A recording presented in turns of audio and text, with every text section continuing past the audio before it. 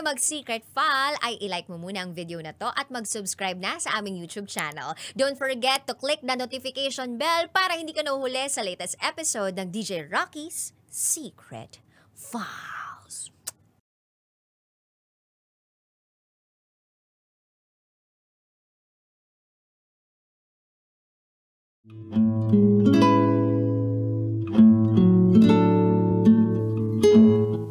And now, it's time for DJ Rocky's Secret Files.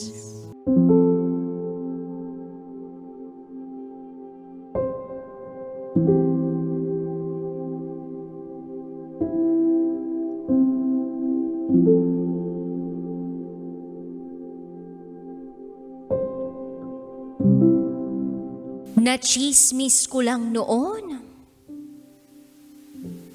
Natikman ko na ngayon.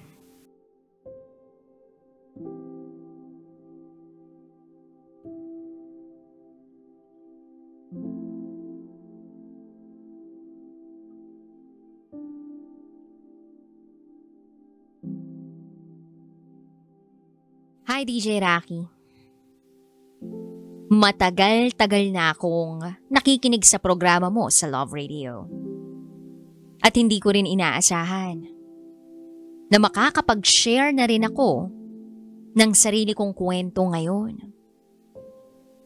Itago mo na lang ako sa alias na Madam, 26 years old. Isa akong gay at ito ang aking secret file.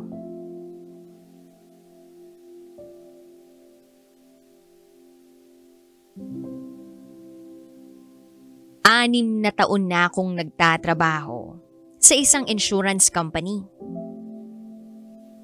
Nag-o-offer ang kumpanya namin ng iba't ibang produkto ng insurance. Gaya ng life insurance, health insurance, fire and hazard insurance, at travel insurance. Parte ng trabaho ko ang mag-accept ng inquiries mula sa mga prospective client at mag-market ng mga binibenta naming insurance sa mga target naming kliyente. Sa 6 na taon ko sa kumpanya,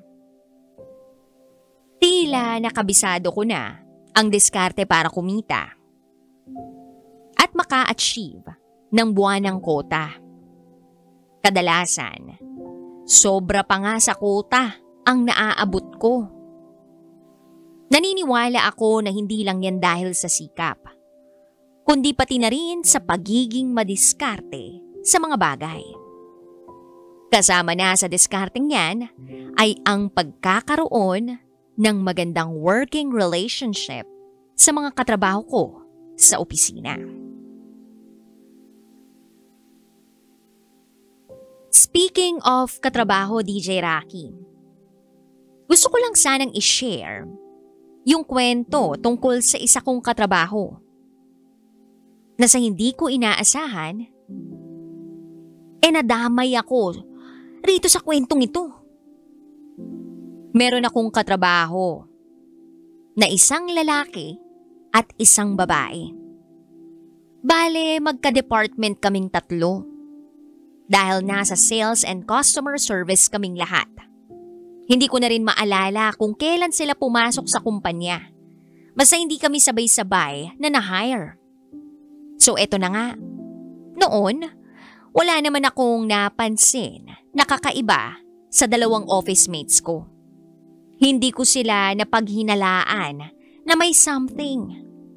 Pero one time, nagkaroon kami ng Christmas party sa opisina.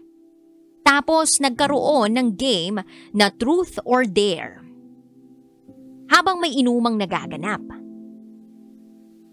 nagkataon na may dare ang grupo para doon sa babae. Ang dare sa kanya? Halikan sa labi yung lalaki.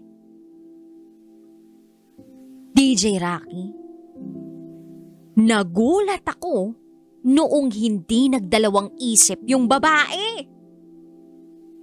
Hinalikan nga niya talaga sa lips yung lalaki. At hindi lang basta-basta smack ha. Matagal na halikan. Laplapan. Naisip ko, aba, parang sanay na sanay sila sa ganitong klase ng laro ah.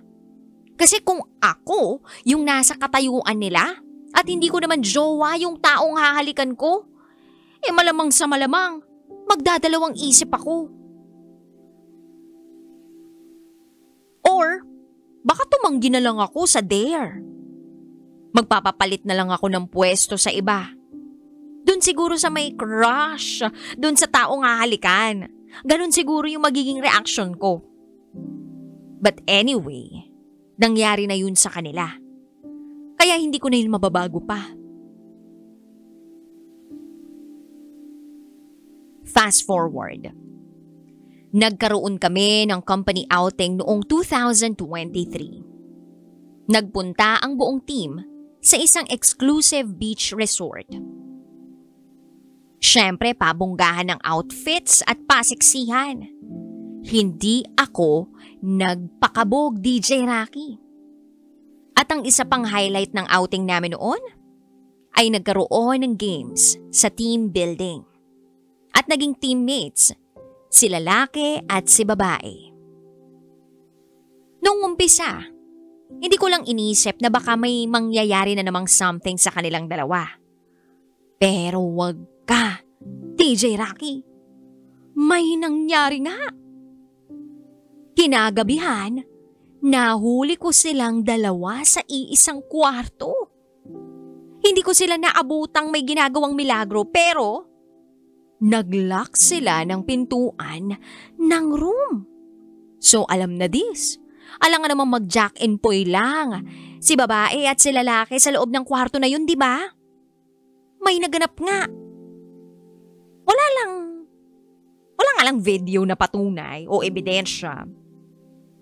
And then fast forward ulit sa Christmas party namin last year. Nakita ko pa rin si lalaki at si babae na magkatabi na umiinom at nag-e-enjoy. Heavy drinking ang nagaganap that time. At dahil na siguro sa katuwaan, kinakaldagan na ako sa muka noong lalaki. Ako naman, go na go lang din ako. Go with the flow. Hindi ko naman maitatanggi kasi na itong si lalaki may itsura din. Gwapo rin naman. Hindi siya yung type na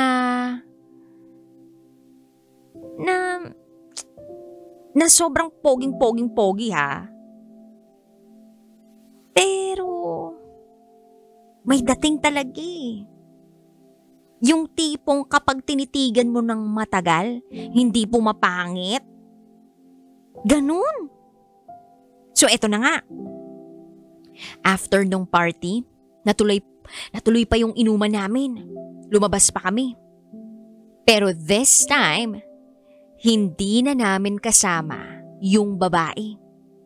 Instead, sa akin na dumidikit si lalaki. At dahil nga bet ko siya, well, hindi na ako nag-inarte pa, no?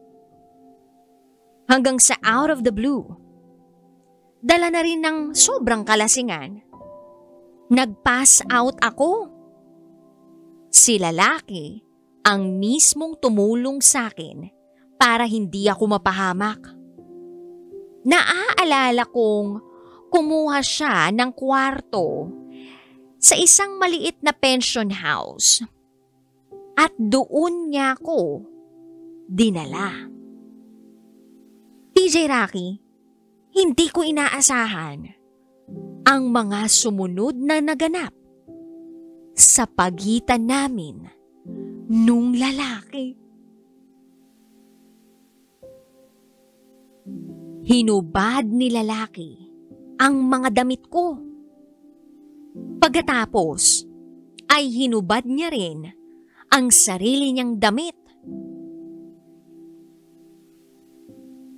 At ayun na. may nangyari sa aming dalawa.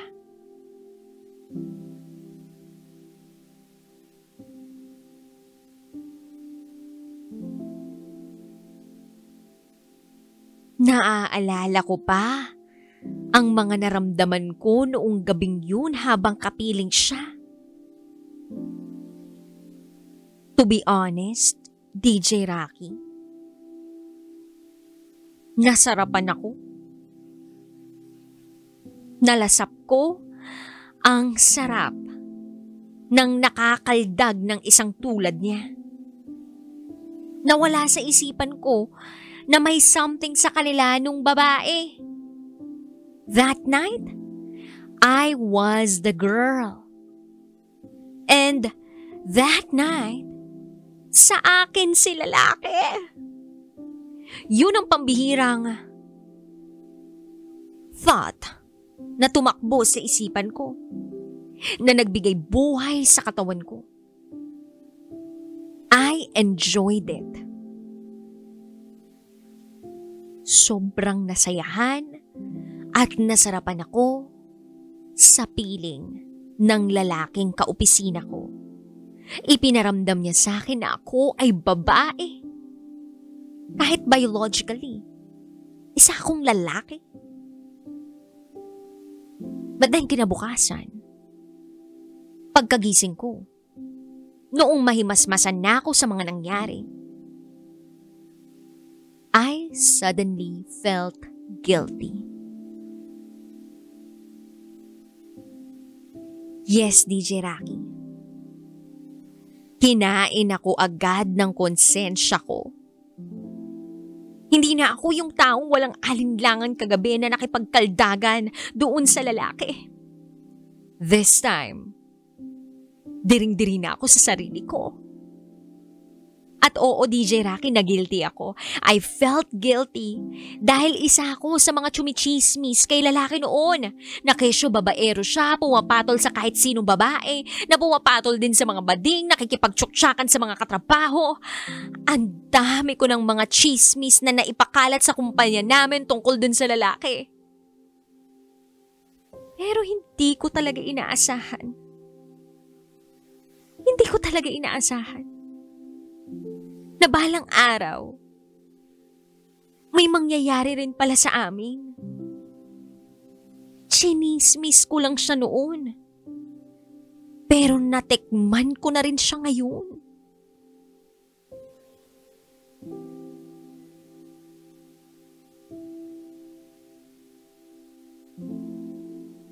At isa pang nakaka-guilty, DJ Rocky, ay etong si lalaki.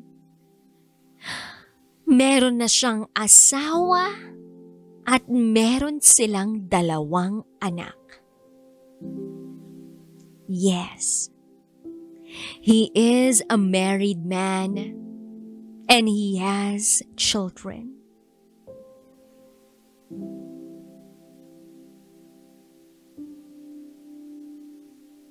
Nakalimutan ko yun habang may nangyayari sa amin. Hindi yun pumasok o sumilip man lang sa isipan ko.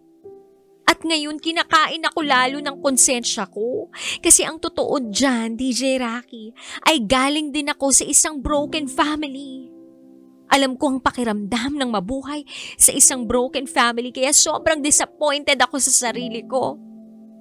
Kasi naranasan kong masira ang pamilya ko. And for me to become a factor of another broken family, yun ang nagpapadurog sa akin. And yes, guilty na guilty ako for doing that. Noon nakita ko ang mommy ko na malala ang paghihinagpis. Grabe yung pag-iiyak niya nang malaman niya na may babae ang tatay ko. And now, I can only imagine if the guy's wife finds out na may nangyari sa amin. Na may nangyari rin sa pagitan ni lalaki at ng office mate kong babae.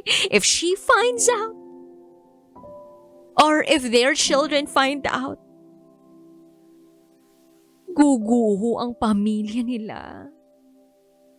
At magkakaroon na naman ng isang broken family dito sa mundo.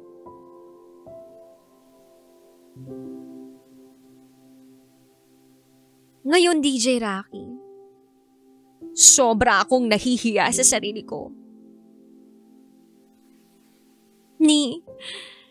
Hindi ko na rin nga kayang kausapin si lalaki tuwing nasa opisina kami. Every time na nakikita ko siya, hindi ako natatahimik. Parang lagi akong tinutusok sa dibdib ng kutsilyo, paulit-ulit. I feel ashamed of what I've done.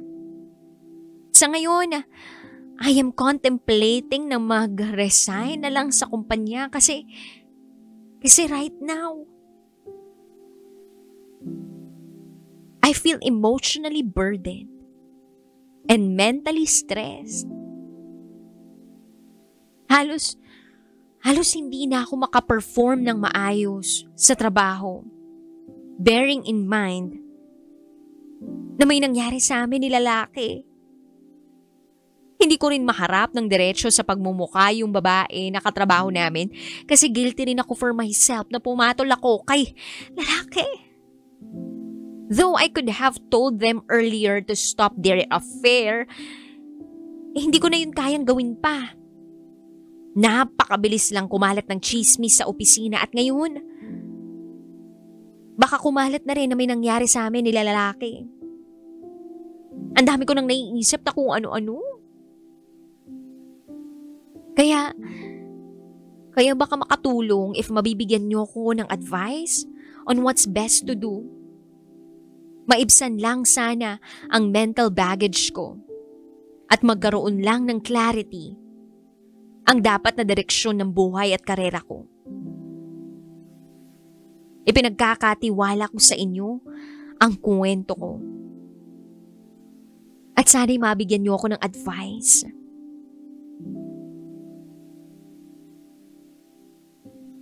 Salamat, DJ Rocky. At hanggang dito na lang. Muli, ako si Madam.